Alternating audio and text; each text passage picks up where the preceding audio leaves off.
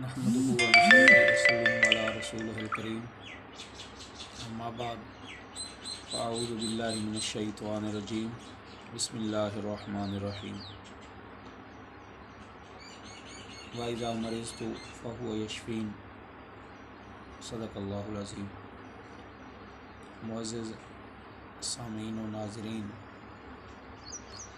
آج آپ کے سامنے جو ٹاپک میں لے کر حاضر ہوا ہوں وہ ٹاپک ہے عرق النساء۔ اس کے اسباب، علامات اور علاج پر میں کچھ بات کروں گا۔ تو عرق النساء کی تعریف کیا ہے، سب سے پہلے وہ کرتے ہیں۔ تو طب میں ایسا درد جو مفصل ورک سے شروع ہو کر پاؤں کے ٹخنے یا انگلیوں تک یا ران کی جانب ہو، عرق النساء کہلاتا ہے۔ جدید طب عصب اور کبیریہ، عصب اریکیا اور اس کی حصی شاخوں کے درد کا نام ہے، جو اکثر وجہ المفاصل یا نقرسی مزاج کے لوگوں کو لاحق ہوتا ہے۔ یہ درد اکثر ایک ہی جانب ہوتا ہے اور بعض دفعہ دونوں جانب اور اکثر کمزور اور لاغر اشخاص کو عارض ہوتا ہے۔ بعض پرانے اطباء کے نزدیک عرق النساء کے درد کا نام ہے۔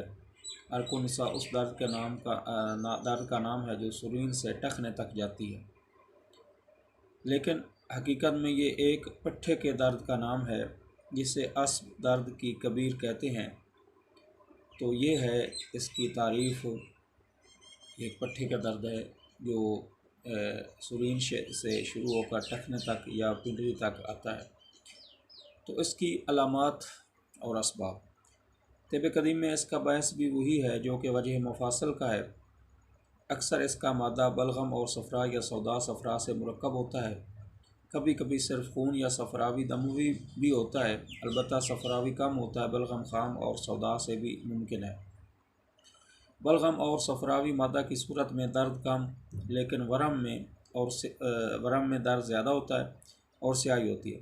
دموی حالت میں سرخی اور درد کی شدت ہوگی۔ بلغم خام کی صورت میں رنگ سفید اور درد کم ہوتا ہے، سرخی اور ورم نہیں ہوتا۔ خاص سوداوی حالت میں سیاہی، تمرد اور خشکی زیادہ ہوتی ہے۔ وجہ المفاصل تحقیقات، جو جدید تحقیق ہے اس کے مطابق وجہ المفاصل نقرس عطشک کے زہر کا موجود ہونا، سرد یا سیلی جگہ پر بیٹھنا یا سونا، قبض، حرام مغز یا پشت یا کمر کے سرے کولے کے جوڑ یا امراض مقعد وغیرہ، یہ اس کے اسباب، یعنی بواسیر وغیرہ سے بھی یہ جو ہے ہو سکتی ہے۔ ٹھنڈی جگہ پر بیٹھنا یا عطشک کا ہونا، بواسیری زہر کا ہونا، تو یہ اس کے جو ہیں اسباب ہیں۔ علامات، یہ درد سرین کے نیچے ٹانگ کی پچھلی طرف سے شروع ہو کر گھٹنے کی پچھلی طرف سے ٹانگ میں ہوتا ہوا باہر کے ٹخنے کے پیچھے تک محسوس ہوتا ہے۔ یہ درد کبھی دفعتاً، کبھی آہستہ آہستہ شدید ہو جاتا ہے۔ یہ درد اکثر رات کو زیادہ ہوتا ہے۔ دیر تک اگر یہ درد رہے تو ٹانگ پتلی اور کمزور ہو جاتی ہے۔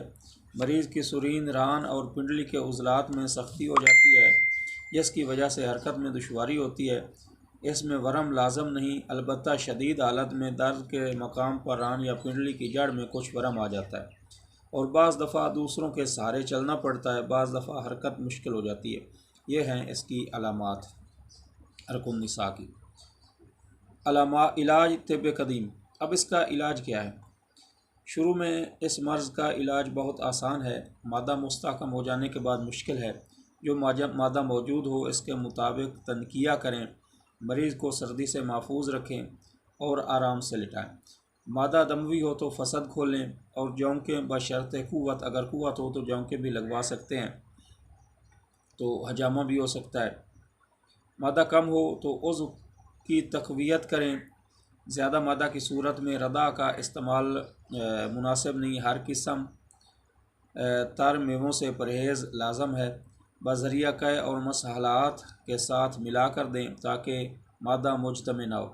سرنجہ شیریں اس میں بہت مفید ہے۔ ہر قسم کے گوشت، دیر ہضم غذا اور شراب سے پرہیز کریں، البتہ پرندوں اور لطیف گوشت جو ہے وہ مفید ہے۔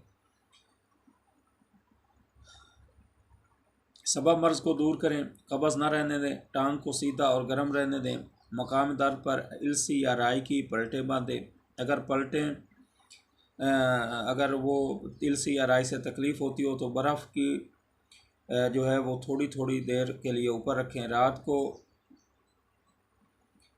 جو ہے وہ اس کو آرام سے اوپر کوئی چیز جو ہے نا وہ لپیٹ کر اس کو سلا دینا ہے۔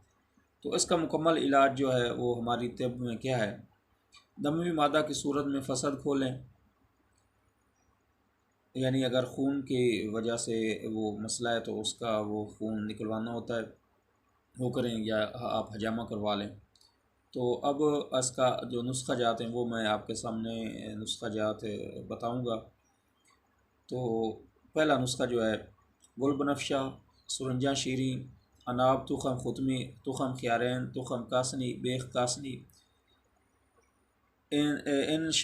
رات کو ان کو گرم پانی میں بھگو دینا ہے، صبح جوش دے کر شربت بزوری کے ہمراہ اس کو پلا دینا ہے۔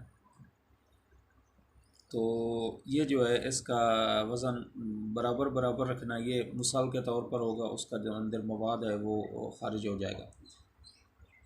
3 روز تک یہ جو ہے یہ پلانا ہے۔ تو اب آگے نسخہ بتاتا ہوں۔ سرنجہ شیریں بوزے دان پیس کر گلقند میں کھلا دیں، اور شیرہ تخم خربوزہ، شیرہ تخم کرتم یہ جو ہے شربت بزوری میں پلائیں۔ صفراوی صورت میں تبرید اور تسکین کی زیادہ ضرورت ہوتی ہے، قیز زیادہ مفید ہوتی ہے، تنکیہ مدرات باردہ سے فائدہ اٹھائیں۔ اس حالت میں کاہو، کدو اور سرکہ کا ضماد مفید ہے۔ اگر مادہ یہ جو ہے نا ان چیزوں کو لگا کر یہ ضماد کرنا، یعنی جہاں درد ہو اس کے اوپر یہ چیزیں باندھنی ہیں۔ اگر مادہ بلغم اور صفرا یا سودا صفرا سے مرکب ہو تو سرنجہ شیریں مستگی رومی پیس کر گلقند میں ملا کر شیرہ بادیان، شیرہ تخم خیارین، شیرہ خار خشک خرد، شیرہ تخم خرپزہ، ارک مکو، ارک بادیان شربت بزوری معتدل کے ہمراہ دیں۔ معجون سرنجہ دینا بھی مفید ہے۔ یہ نسخہ ہو گیا۔ ان سب کا وزن بھی جو ہے وہ برابر رکھنا ہے۔ تو اب گولیوں کا نسخہ ہے، جو گولیاں اس میں مفید ہیں۔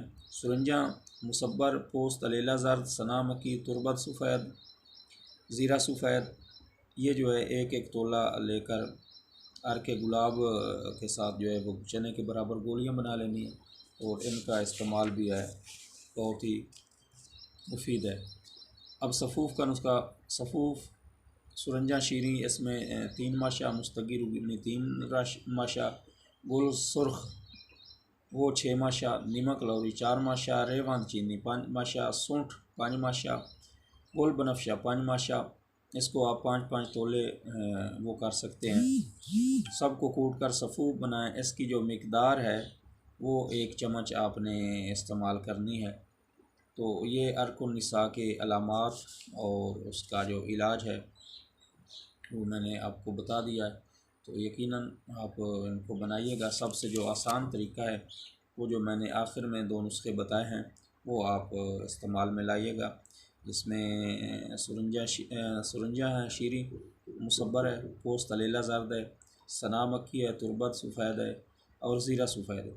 یہ آپ اس کو جو ہے 50 گرام بھی لے سکتے ہیں۔ تو ان کو مکس کر کے کوٹ کر ارک گلاب میں آپ نے اس کی گولیاں باندھیں۔ اگر گولیاں نہ بنا سکو تو آپ 500 ملی گرام والا کیپسول لے کر وہ بھی بھر کے استعمال کر سکتے ہو۔ اور آگے جو صفوف بتایا ہے سرنجہ شیریں، یہ آپ نے 30 گرام لے لینے، مستگی رومی 30 گرام لے لینا، گل سرخ آپ نے 60 گرام لے لینا، نمک لوری آپ نے 40 گرام لے لینی ہے، ریواند چینی آپ نے 50 گرام لینی ہے، سنٹ آپ نے 50 گرام لینی ہے، اور گل بنفشہ یہ بھی آپ نے 50 گرام۔ ان کو کوٹ کر آپ نے صفوف بنانا ہے اور اس کو استعمال میں لانا ہے۔ تو 1 چمچ اس کا استعمال ہے 3 ٹائم۔ تو یہ جو ہے آپ ان نسخہ جات میں سے کوئی بنائیے گا اگر آپ کو یہ مسئلہ ہے، اور ہمیں دعا میں یاد رکھیے گا۔ اللہ پاک آپ کو شفاء کاملہ اور بیماریوں سے عطا فرمائے اور بیماریوں سے محفوظ رکھے۔